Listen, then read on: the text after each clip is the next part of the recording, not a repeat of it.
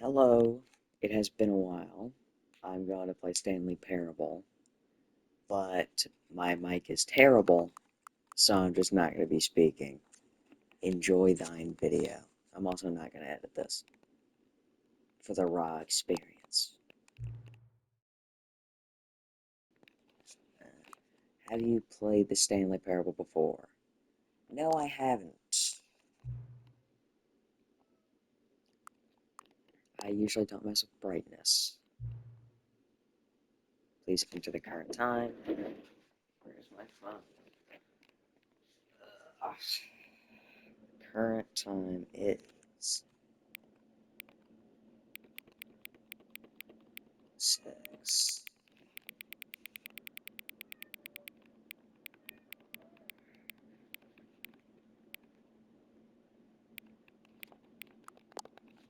"6:37 in the morning.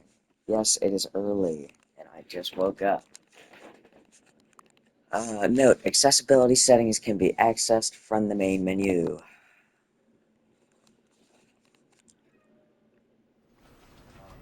Okay. So, I've never really seen any footage of this game. I kind of know the premise, you know. This is the story of a man named Stanley.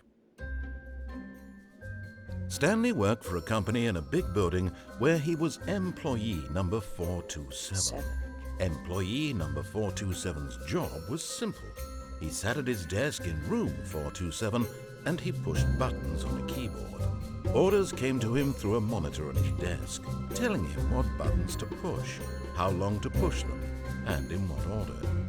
This is what employee 427 did every day of every month of every year. And although others might have considered it soul-rending, Stanley relished every moment that the orders came in, as though he had been made exactly for this job. And Stanley was happy. And then one day, something very peculiar happened. Something that would forever change Stanley. Something he would never quite forget. He had been at his desk for nearly an hour when he realized that not one single order had arrived on the monitor for him to follow. No one had showed up to give him instructions, call a meeting, or even say hi. Never in all his years at the company had this happened, this complete isolation. Something was very clearly wrong. Shocked, frozen solid, Stanley found himself unable to move for the longest time. But as he came to his wits and regained his senses, he got up from his desk and stepped out of his office. Okay. Anyways, like I was saying, All of his co-workers were gone. What could it mean? bugs. Stanley decided to go Number to the one meeting dad. room. Perhaps he had simply missed a memo. So, I haven't been posting because I was gonna say I've been super busy. I really haven't. When But, Stanley came to a set of 2 open doors, he entered the door on his left. my microphone broke because a cat ate it. And so now I'm using the crappy PS5 controller microphone. That is why I said I wasn't going to talk very much, but I guess I will. I guess I'll...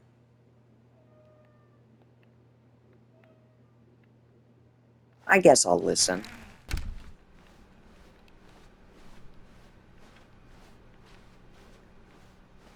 Okay. Yet there was not a Nobody single here person either. here either. Feeling a wave of disbelief, Stanley decided to go up to his boss's office, hoping he might find an answer there. Speak with the coworker, let it ball up inside you, take it out passively, aggressively on other coworkers, resent coworkers for not supporting you more. Okay.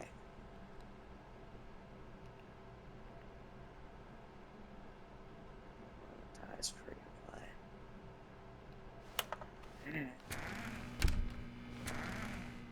Room closet. Stanley stepped into the broom closet, but there was nothing here, so he turned around and got back on track. No. I don't want it. There was nothing here. No choice to make, no path to follow, just an empty broom closet. No reason to still be here.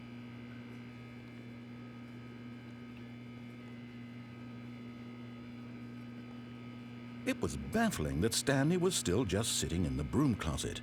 He wasn't even doing anything. At least if there was something to interact with, he'd be justified in some way. As it is, he's literally just standing there doing sweet FA. Yeah, well, I like doing FA. This is some cool duct tape. Why is there so much duct tape in here? Are you really still in the broom closet? Standing around doing nothing? Why? Please offer me some explanation here. I'm genuinely confused. Because I wanna. Yeah, but there's so much tape in here. There's You do 4 realize full there's rolls. no choice or anything in here, right?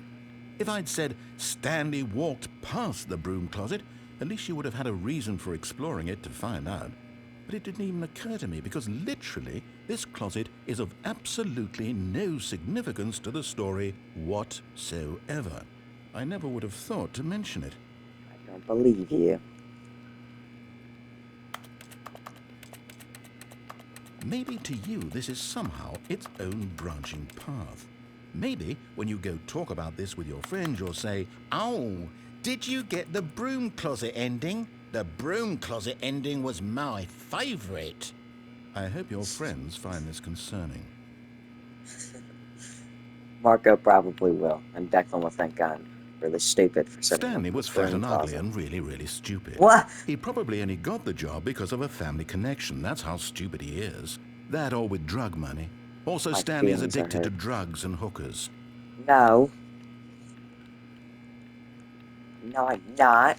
It's not Well, true. I've come to a very definite conclusion about what's going on right now. You're dead. You got to this broom closet, explored it a bit, and were just about to leave because there's nothing here when a physical malady of some sort shut down your central nervous system and you collapsed in front of your screen. Well, in a situation like this, the responsible thing is to Did the alert audio someone get worse? Did he nearby turn away so to as look to at the ensure script? that your body is taken care of before it begins to decompose. Hello? Anyone who happens to be nearby? The person at this computer is dead. They have fallen prey to any number of your Wow. countless human Didn't physiological even change the line. vulnerabilities. I'm not It's playing on a computer. indicative of the long-term sustainability of your species. Please remove their corpse from the area and instruct another human to take their place, making sure they understand basic first-person video game mechanics and filling them in on the history of narrative tropes in video gaming, so that the irony and insightful commentary of this game is not lost on them. All right, when you've done that, just step out into the hallway. Ah, second player, it's good to have you on board. I guarantee you can't do any worse than the person who came before you. You too? Unbelievable. I'm at the mercy of an entire species of invalids. Perhaps there's a monkey nearby you can hand the controls to. A fish? Fungus? Look, you can hammer out the details. I'm not particularly picky. I'll just be waiting for when you're ready to pick up the story again. We're moving on, because I don't want to spend 10 more Coming to a minutes. staircase, Stanley walked upstairs to his boss's office. What's down here? Let's see what's down here.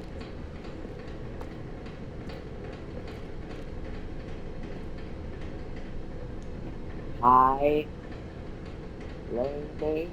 I work this in first period. I wrote this in first period and left it for you. I left it in your locker on the way to second. It's when in the cool kids are doing. Lynn decided wake one back. A kid here's an idea for someone's two friends. There's hands out a magazine. They This is a great idea. What all the hell kids are at walking daily? It is Shelby, Ember, other. Okay, I can't read that, dude. There's no way I got any of that right.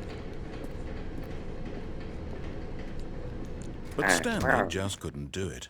He considered the possibility of facing his boss, admitting he had left his post during work hours. He might be fired for that. And in such a competitive economy, why had he taken that risk? All because he believed everyone had vanished? His boss would think he was crazy.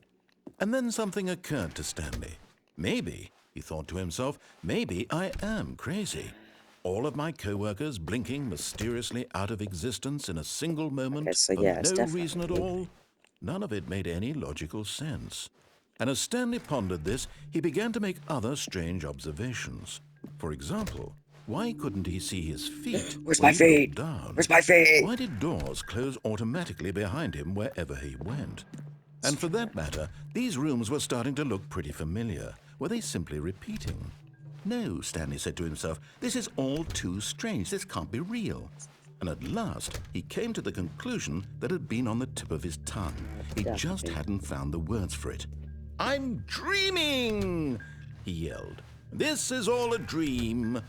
Oh, what a relief Stanley felt to have finally found an answer, an explanation. His co-workers weren't actually gone.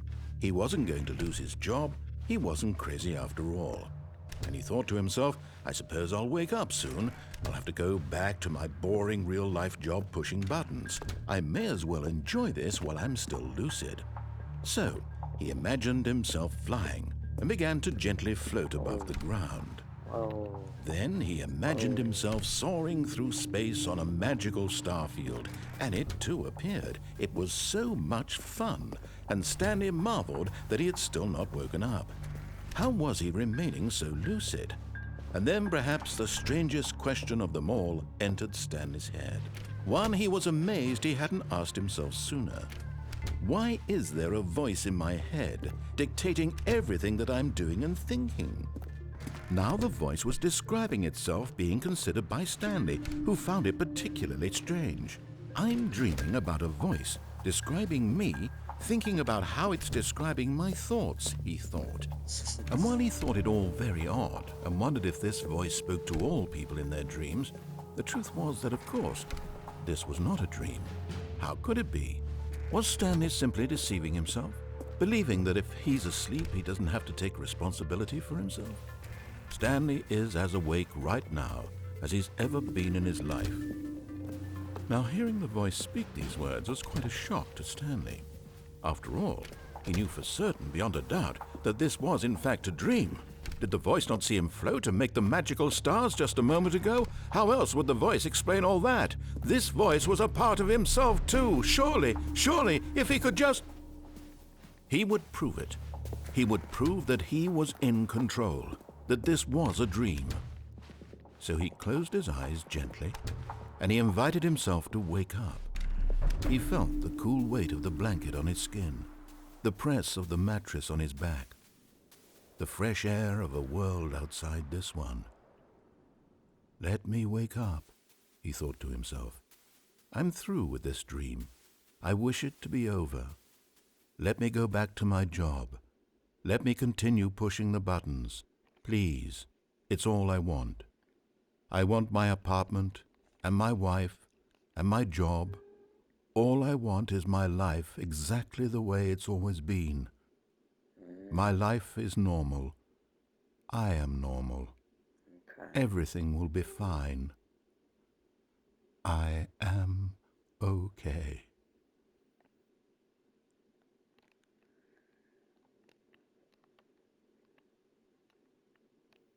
Stanley began screaming. Please, someone, wake me up. My name is Stanley. I have a boss. I have an office. I am real. Please, just someone tell me I am real. I must be real. I must be. Can anyone hear my voice? Who am I? Who am I? And everything went black.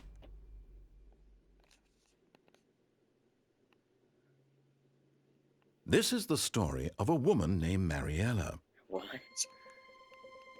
Mariella woke up on a day like any other. She arose, got dressed, gathered her belongings, and walked to her place of work. But on this particular day, her walk was interrupted by the body of a man who had stumbled through town talking and screaming to himself, and then collapsed dead on the sidewalk. And although she would soon turn to go call for an ambulance, for just a few brief moments she considered the strange man. He was obviously crazy, this much she knew. Everyone knows what crazy people look like. And in that moment, she thought to herself how lucky she was to be normal. I am sane. I am in control of my mind. I know what is real and what isn't. It was comforting to think this, and in a certain way, seeing this man made her feel better. But then she remembered the meeting she had scheduled for that day, the very important people whose impressions of her would affect her career, and by extension, the rest of her life. She had no time for this, so it was only a moment that she stood there, staring down at the body. And then she turned and ran. Alright. Just left me for dead. The crazy thing is, what she said, you could never realize if it's true or not. You can't know if you're crazy or not. All of his co-workers Or you were can't know gone. if you're What could it mean? not crazy. Stanley decided to go to the meeting You room. could think that Perhaps everything's he had normal. simply missed a memo. You could think that, you know, life is just like that. You could think you're a movie When star. Stanley came to a set of 2 open doors, But it's all he just not entered the real. door It's on all his in your left. head. I might not be real. You could just be watching this Yet video, there was not a single person here but you're either. actually just staring at a Feeling a wall wave or at a of blank screen. disbelief, Stanley decided to go up to his boss's office. Coming just to a hung my bed up. staircase, Stanley walked upstairs to his boss's office.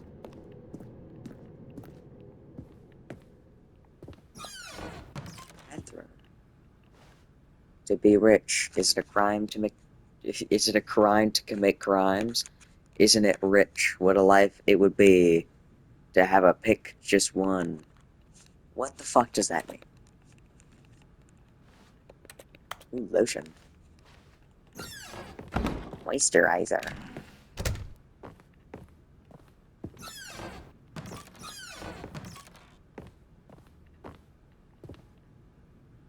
What?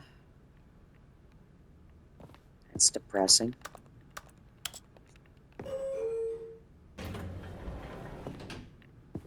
I don't think I'm supposed to go this way, but I want to. Up or down? I'll go up and just see where it takes me. Okay, it's pretty loud.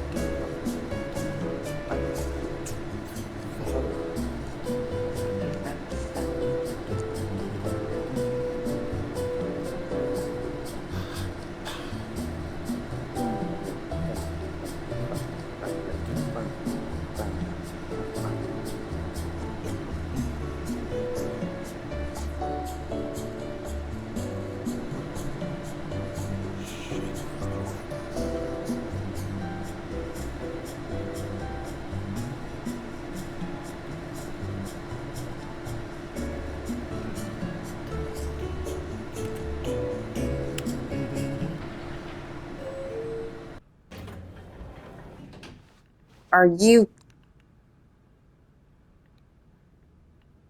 Thank God I realized that it was just looping. I actually would have just sat there for like 30 minutes, not realizing. Whew. The beige pages. Business time.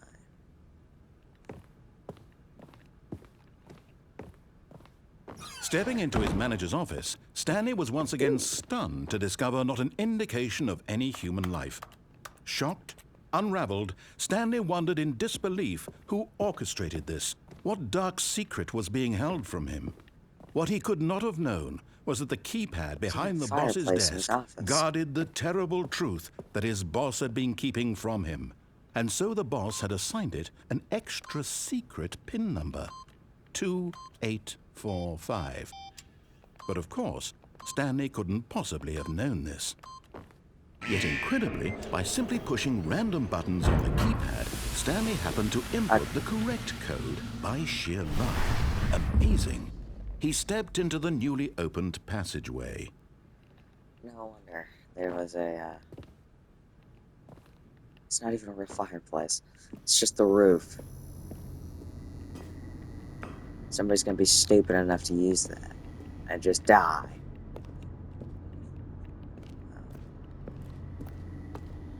Lame. Thought that'd be a cool secret passage.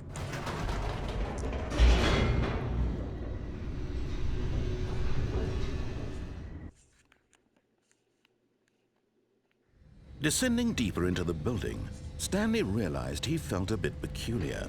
It was a stirring of emotion in his chest, as though he felt more free to think for himself, to question the nature of his job. Why did he feel this now, when for years it had never occurred to him? This question would not go unanswered for long. I'm dying Stanley to find walked straight out. ahead through the large door that read Mind Control Facility. Mind control.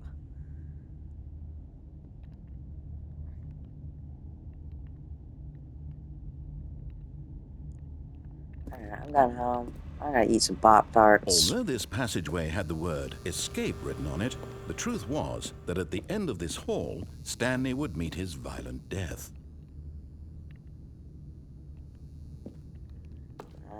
Sure, man. Sure, I will. The door behind him was not shut. Stanley still had every opportunity to turn around and get back on track. Y'all At this die. point, Stanley was making a conscious, concerted effort to walk forward and willingly confront his death. Nah, you're lying.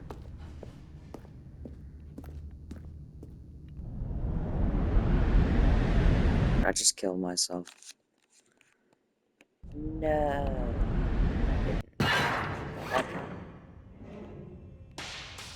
See, I'm fine. As the machine whirred into motion and Stanley was inched closer and closer to his Oh, I'm demise, not gonna be it reflected fine. that his life had been of no consequence whatsoever. Stanley can't see the bigger picture. He doesn't know the real story, trapped forever in his narrow vision of what this world is. Perhaps his death was of no great loss, like plucking the eyeballs from a blind man. And so he resigned and willingly accepted this violent end to his brief and shallow life. Farewell, Stanley. Alright. I guess he wasn't lying.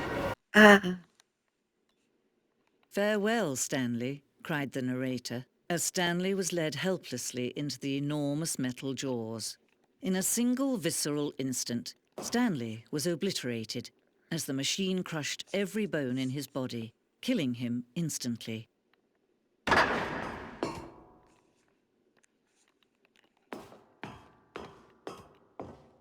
Stanley And Parable. yet it would be just a few minutes before Stanley would restart the game, back in his office, as alive as ever. What exactly did the narrator think he was going to accomplish? When every path you can walk has been created for you long in advance, death becomes meaningless, making life the same. Do you see now? Do you see that Stanley was already dead from the moment he hit start?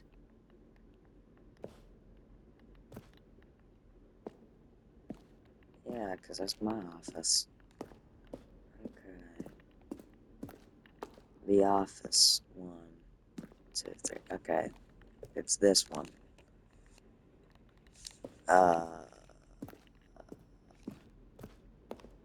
Button sounds.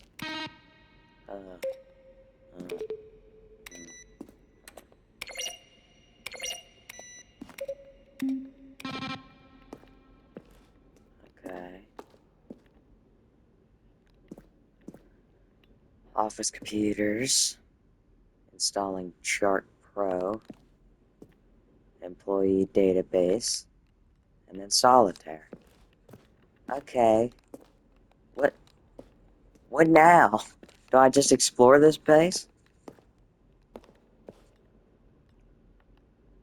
the boss's office.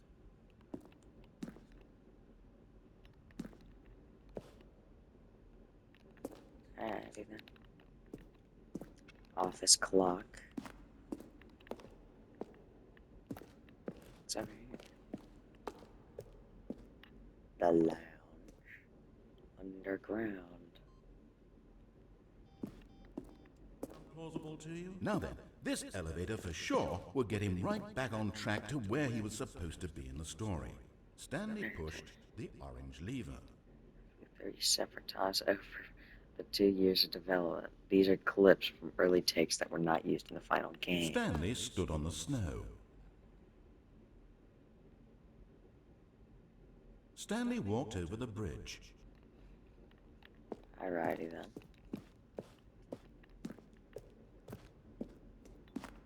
Interesting.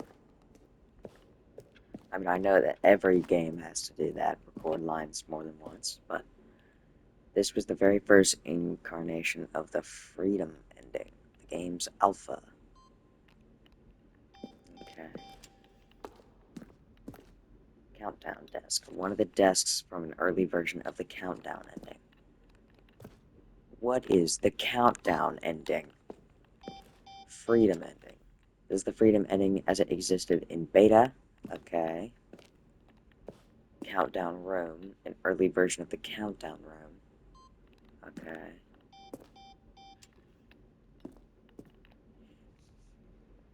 Monitor room elevator. For a time, the elevator in the monitor room could go up or down, with freedom above and countdown below. We abandoned this when players found it too difficult to remember what was up and what was down, and placed the two endings together instead. Are we that stupid? Hold on. What does this say real quick? Game design mock-up. This is the level that William, the level designer, sent Davey, the writer, as a kind of audition piece. The strength of this level got William hired to design the full game, though much of the environment has changed. The basic layout from this mock-up is still in the game. Yeah.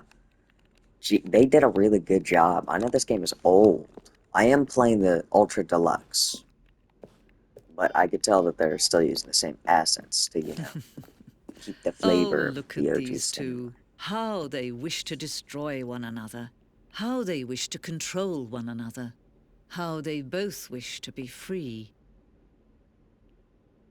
Narrator wishes to be free. Can you see?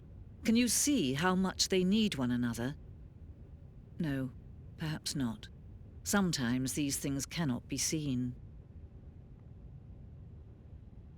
But listen Aw, to man. me. You can still save these two. You can stop the program before they both fail.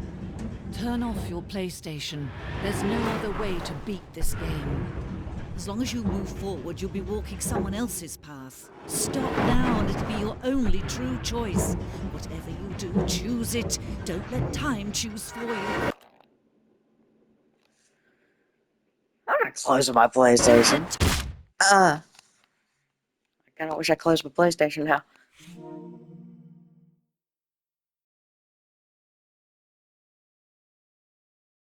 I need to turn that off, dude. That voice program, I never use it. It just randomly turns on. All of his co-workers were gone. What could it mean? Stanley decided to go to the meeting room. Perhaps he had simply missed a memo. Turn the beer. Cool.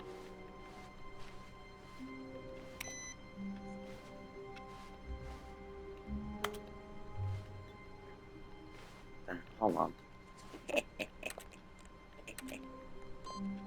What? I thought I would turn it off. Okay. Knowing your okay, I'm not reading that. My eyes already hurt from the last note I tried to read. When Stanley came to a set of 2 open doors, he entered the door on his left. I'm gonna go right this time. This was not the correct way to the meeting room, and Stanley knew it perfectly well. Perhaps he wanted to stop by the employee lounge first, just to admire it. Employee lounge. Ah, yes, truly a room worth admiring. It had really been worth the detour after all, just to spend a few moments here in this immaculate, beautifully constructed room. Stanley simply stood here, drinking it all in. Eh, But eager to get back to business, Stanley took the first open door on his left. I don't want to. Stanley was so bad at following directions, it's incredible he wasn't fired years ago. Do not jump from the cargo lift while it is in motion. Will cause death. Penalty for misuse of cargo lift, $1,000. Penalty for jumping off cargo lift, $5,000. But in his eagerness to prove that he is in control of the story and no one gets to tell him what to do, Stanley leapt from the platform and plunged to his death. Good job, Stanley. Everyone thinks you are very powerful. Thank you, narrator. That is very, nice of you.